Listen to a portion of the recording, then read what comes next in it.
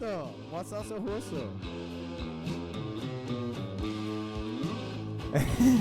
Vai do Gustavo, você vai ficar com ciúmes de você, velho. Esse relógio chama Wave Scepter. Tem 7 ou 8 relógios atômicos no mundo. Não, o que é um relógio atômico? Tá. O tempo dos relógios, né? Dos relógios digitais do mundo inteiro tem que ser padronizados com uma central, concorda? Senão fica...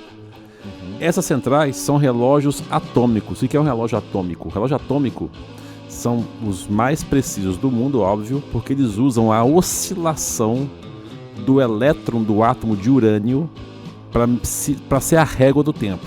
Então, você pega 1 metro, você tem uma régua de 1 metro, um tamanho padrão, né? Caramba. O tamanho padrão da régua de 1 metro está lá em Paris, né? Sim. Então 1 metro é aquele tamanho.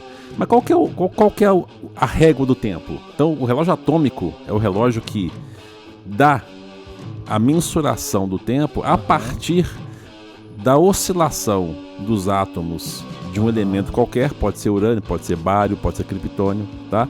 E essa oscilação ela não muda, ela é padrão. Que é literalmente o tempo real, né? O tempo fluindo da forma física. Não, é um evento físico que eles usam como uma régua. Ok, mas que ele tem influência do padrão? Mas que ele flui sempre no padrão, não tem distorção. Cara, não, mas então... Então aí eles falam, bom, então 1 segundo, o que é 1 segundo? É, sei lá, tantas oscilações desse átomo, Ok. tá? Isso é 1 segundo, aí a partir de 1 segundo define 1 minuto, Mas depois e quando tem define uma hora. algum pico? Não, Se urânio... tem alguma Não, só. diferenciação, quer dizer que os seus segundos aí vai passar mais rápido? Não, presta atenção, não, calma. Vamos por partes. Isso dá um programa, hein? Dá um programa, velho. Vem a vinheta. Já começou. Aumenta o som e abre a mente. Chegando mais um Áudio Zen. Então vamos lá, o tempo, ele flui na natureza, ok? Mas nós precisamos de medi-lo. Ok. Nós estamos falando de um relógio, é um instrumento de medida. Assim como a régua mede o espaço, Sim. um relógio mede o tempo. Ok. Então, a régua mais precisa para medir o tempo no mundo são os relógios atômicos, Ok. que usam a oscilação de certos átomos como a referência, o padrão, para falar que 1 segundo corresponde a tantas oscilações do átomo tal, beleza? Essa oscilação, ela quase que não muda com o tempo, porque o átomo é muito preciso. Então a oscilação física do átomo serve como a referência com 0.00000000001% de erro. Ok. Então, isso é um relógio atômico, ok? Beleza. Tem alguns relógios atômicos espalhados no mundo, porque um comunica com o outro. E a partir deles que os outros dispositivos também coordenam o tempo local. Então tem um na Alemanha, tem um no Japão, tem um nos Estados Unidos, tem outro no Chile, tem outro na Austrália. E aí as centrais redistribuem esse sinal. Então o seu computador, quando você lá liga e formata, ele vai para essa rede que está interligada e que fala, tá, o tempo é esse aqui, a hora é essa. Ok? Caramba, tanto é que dá aqueles bugs de tipo Android, do nada muda, erra, 3 horas errado, é o central que errou. Não, a central não erra porque ela é balizada pelo relógio atômico. O que errou foi o sistema operacional. Entendi. Entendeu? Ok. Ele não comunicou com a central. Ok. Beleza? Então isso é um relógio atômico. Bom, antigamente os relógios manuais, né? Aqui tinha uma maquininha, aqui tem uma maquininha que com o tic-tac, que é um padrão mais ou menos regulado, né? Aferido com essa central, com a base original, ela vai te falar. Então, quando esse pêndulozinho faz tantas oscilações, é 1 minuto, segundos. tá? Beleza. Só que as máquinas, né? E aí vem as máquinas suíças, que são mais precisas e tal, né? Elas vão atrasando naturalmente. Por quê? Porque elas vão dando discrepâncias, ok? Nossa, que doido. Bom, mas isso é relógio manual. Hoje os relógios digitais, eles são um pouco mais precisos, eles quase não atrasam, mas ainda assim, eles têm um padrão de atraso. Sim. Esse aqui é um Wave Scepter, ele está sincronizado com as ondas de rádio desse relógio atômico do mundo. Nossa, que legal. Então ele acerta sozinho. Que legal. Então basta que você coloque ele na luz solar, né? Eu abri da caixinha, quando chegou nos Estados Unidos, eu abri da caixinha... Eu tava errado. Aí começou a rodar, sozinho. Que legal. Pra sincronizar Que legal. com esse relógio Que legal. atômico mundial, com esse padrão mundial. Que legal. Por isso que ele é um waveceptor, ele recebe as ondas de rádio. Receptor, legal. Beleza. Então, assim, em termos de... Mas calma aí, uma dúvida, olha. Ok. Vamos supor que essa oscilação seja, em algum momento, eu sei que não é, talvez fisicamente seja impossível, mas se essa oscilação tivesse alguns picos diferentes do normal, né? Então aqui é o normal, aí em algum momento esses átomos dão um pico. Teria diferença aí no relógio? Essa é a minha única dúvida. Tá, se ele alterar lá, ele altera também junto. Então, os seus segundos aí, na teoria, caso esses átomos tivessem esse pico, os seus segundos iam passar mais rápido. Na teoria é isso, mas isso não acontece. Mas aí você ia ver assim, porra... Mexeu aqui 3 segundos mais rápido. Então beleza. Mas louco? Muito doido isso. Isso não é louco, não. O louco, talvez você não saiba, né? É a relatividade restrita de Einstein. Vamos lá. Em 1905, o físico Albert Einstein, que foi o pai da relatividade, tá? Ele tinha 26 anos de idade.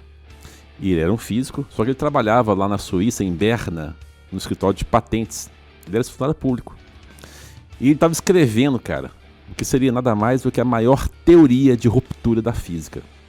Porque a física clássica, que é a física anterior a Einstein, ela fala assim, bom, se uma pedra cai aqui, e se você tem um relógio aí e o outro aqui, que estão sincronizados, beleza? Nós temos que achar o mesmo valor de tempo para a pedra cair, não concorda? Sim. Se ela demora 3 segundos para cair, se você mediu certo, eu medi certo, relógio sincronizado, 3 segundos, ok? Ou seja, o tempo é absoluto. O tempo tem que passar igual para você e para mim, ok? Beleza. A medição é outro critério só, tá? Mas beleza, é só ter relógio acertado. Desde que a gente esteja aqui, né? Exato, beleza. Tá, mas se essa mesma pedra cair aqui, uma pessoa lá do outro lado pudesse ver e medir, 3 segundos, beleza? Isso a física clássica falava. E também é absoluto o quê? O espaço. Ou seja, se você mediu aqui 1 metro... É 1 metro. Pra você e pra mim. E pra um cara também ali, né? Ok. Einstein fala, não. Tanto o tempo quanto o espaço, eles podem sofrer contração e dilatação. Depende do referencial onde ele é medido. Como assim, Gustavo? Mas tem uma condição, o Einstein falando.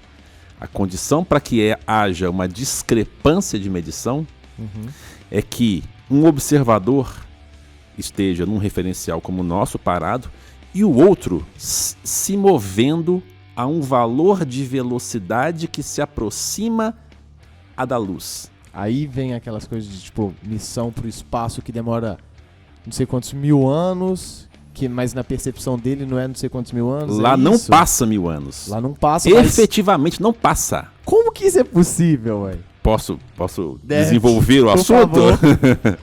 Então vamos lá. A teoria da relatividade, ela mostra que o tempo e o espaço, eles sofrem alterações quando ele é medido em um referencial que viaja a velocidades próximas à da luz, que são 300 mil quilômetros por segundo. Então um raio de luz dá 8 voltas em torno da Terra em 1 segundo. Então é uma coisa altíssima, um valor altíssimo, e que nós não temos hoje nenhum tipo de coisa móvel, espaçonave e tal, que sequer se aproxime disso. Porém, e aí que está a beleza da relatividade, Einstein imaginou toda a teoria no abstrato. E ele matematizou isso, não é só falar não, ele matematizou. E aí, a previsão é a seguinte, quanto mais rápido então você está viajando e se aproximando do valor da luz, olha só, mais devagar o tempo escoa para você e os comprimentos, as distâncias vão se encurtando, cara. Então, tipo assim, se a pedra aqui demorou 3 segundos para cair para você, se passa um cara viajando a um valor próximo da luz aqui, ele mediria meio segundo. Ele mede isso. Ele mede o tempo. Para ele é meio segundo. Para ele. A mesma minha realidade. A mesma realidade. Caramba, o tempo aqui passa mais rápido para você. Para ele passa mais devagar. Há uma dilatação do tempo. Então, por isso que falo, o cara entra numa nave, vai viajar para outro planeta, valor próximo da luz, você envelhece 50 anos, ele envelhece 2 anos. Como que isso é possível? Que louco. Ao mesmo tempo, os espaços se contraem para ele. Se você mediu 1 metro aqui, a nave dele percorre 50 centímetros. Se você mediu aqui 10 quilômetros, no nosso referencial parado, sim, a nave dele percorreria 100 metros. Então o espaço contrai e o tempo dilata. A dilatação do tempo e a contração do espaço são os assuntos da teoria da relatividade restrita, porque tem a geral. E quando Einstein publica isso, foi um alvoroço. Como? Né? Estava surgindo a física moderna. Uma previsão que ele fez, matemática teórica, que anos depois foi confirmada. Sabe como?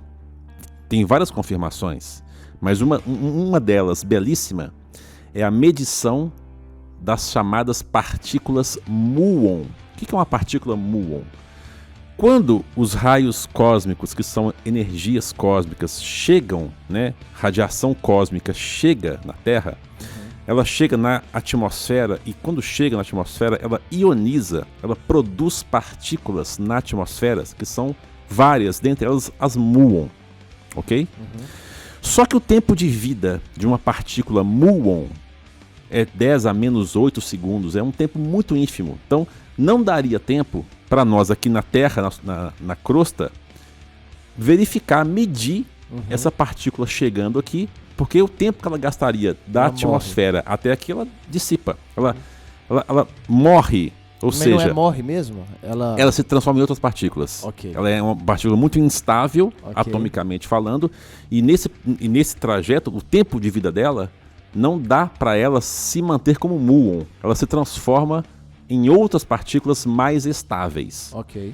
Só que você mede ela chegando aqui na Terra. Não daria tempo, porque ela... Como é que você mede? Porque uma partícula muon viaja a um valor de velocidade próximo da luz. Caramba. Então, o 10 a menos 8 segundos é para você. Para ela não. Para ela passou mais devagar o tempo. E outra, a distância que ela percorre não é essa que você mede aqui, que são, sei lá, 30 mil quilômetros. Ela percorre menos distância. Então ela percorre 100 metros, sei lá, eu tô chutando, tá? Percorre 100 metros, um tempo de vida que dá para ela chegar. A cara do Dodô.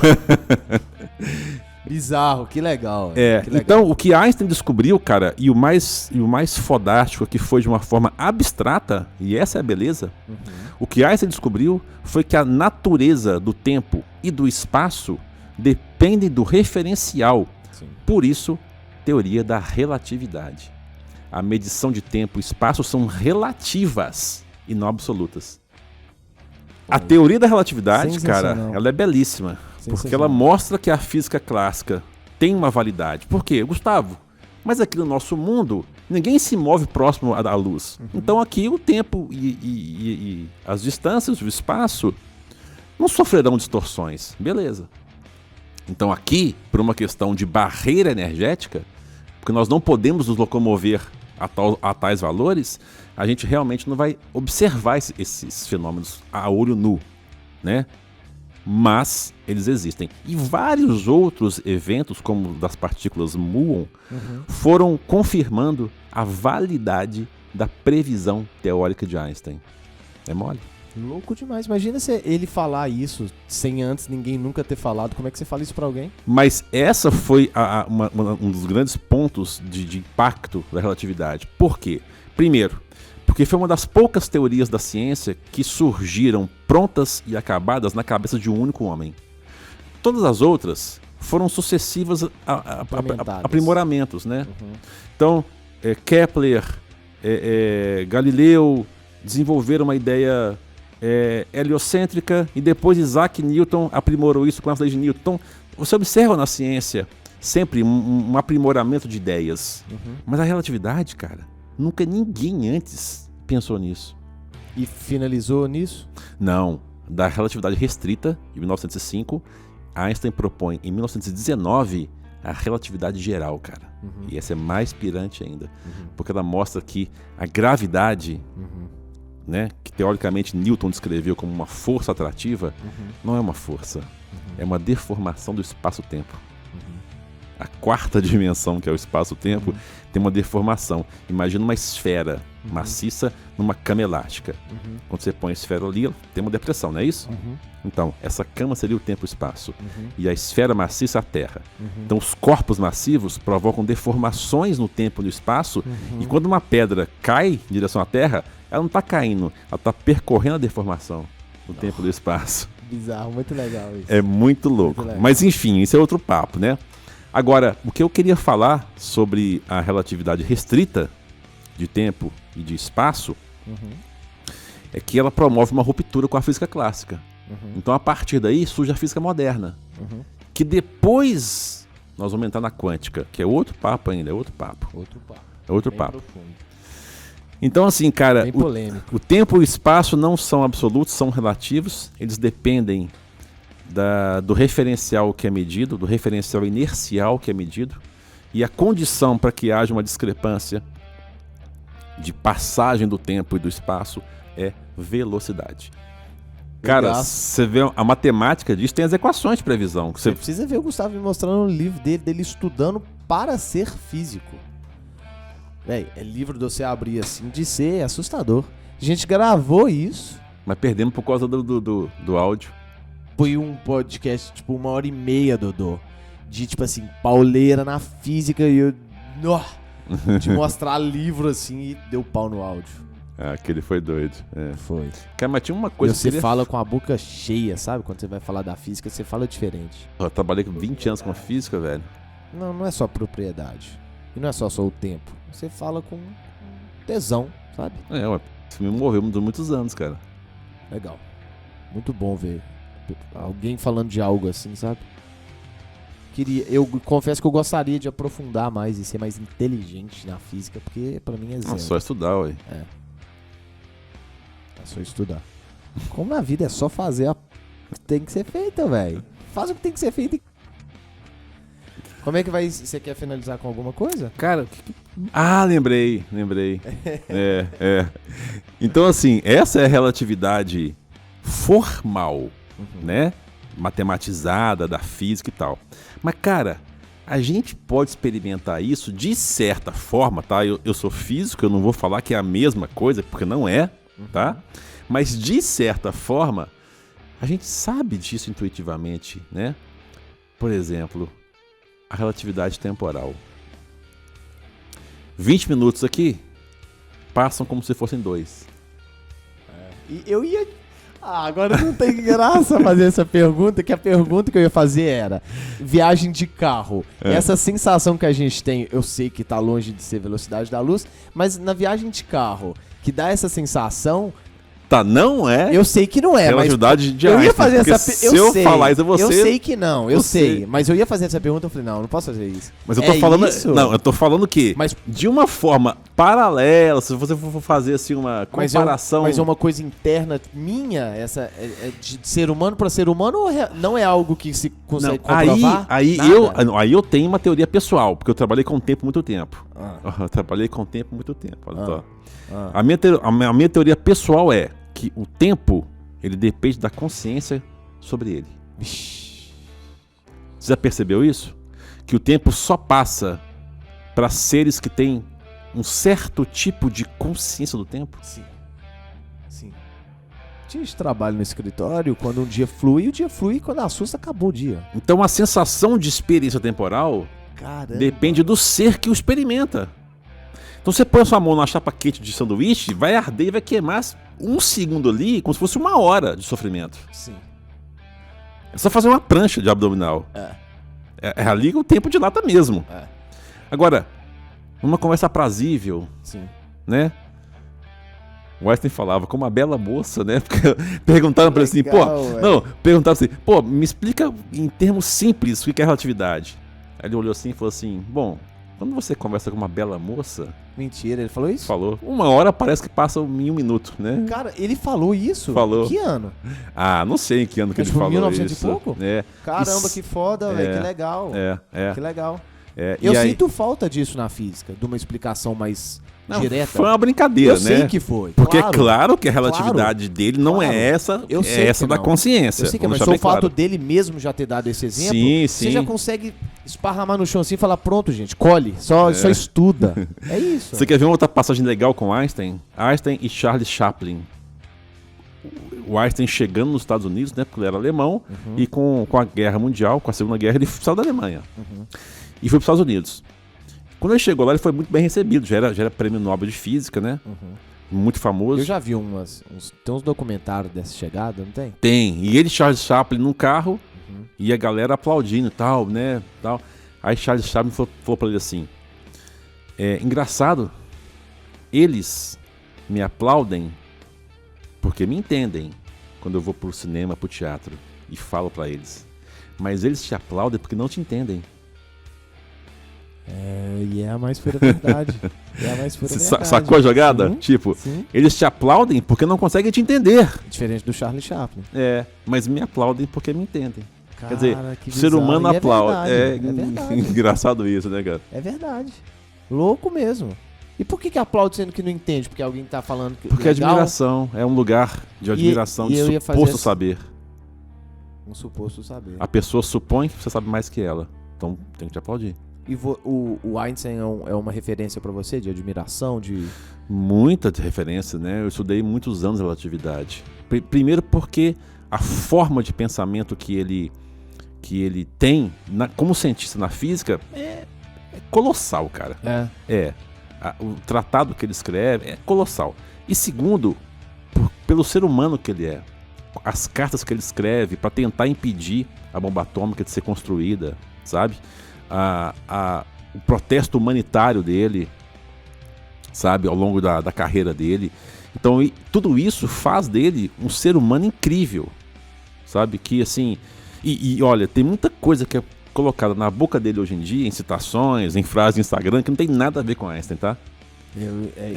Mas isso rola demais. Muito, mas eu admiro muito a biografia de Einstein. Tem um autor que é o Abraham Paes, que escreveu uma das biografias mais bem feitas sobre Einstein. Que legal, hein? Sutil é o Senhor, que se chama esse livro. Sutil é o Senhor. Sutil é o Senhor. É isso. Legal. Por hoje é só? Por hoje é só. Valeu, pessoal.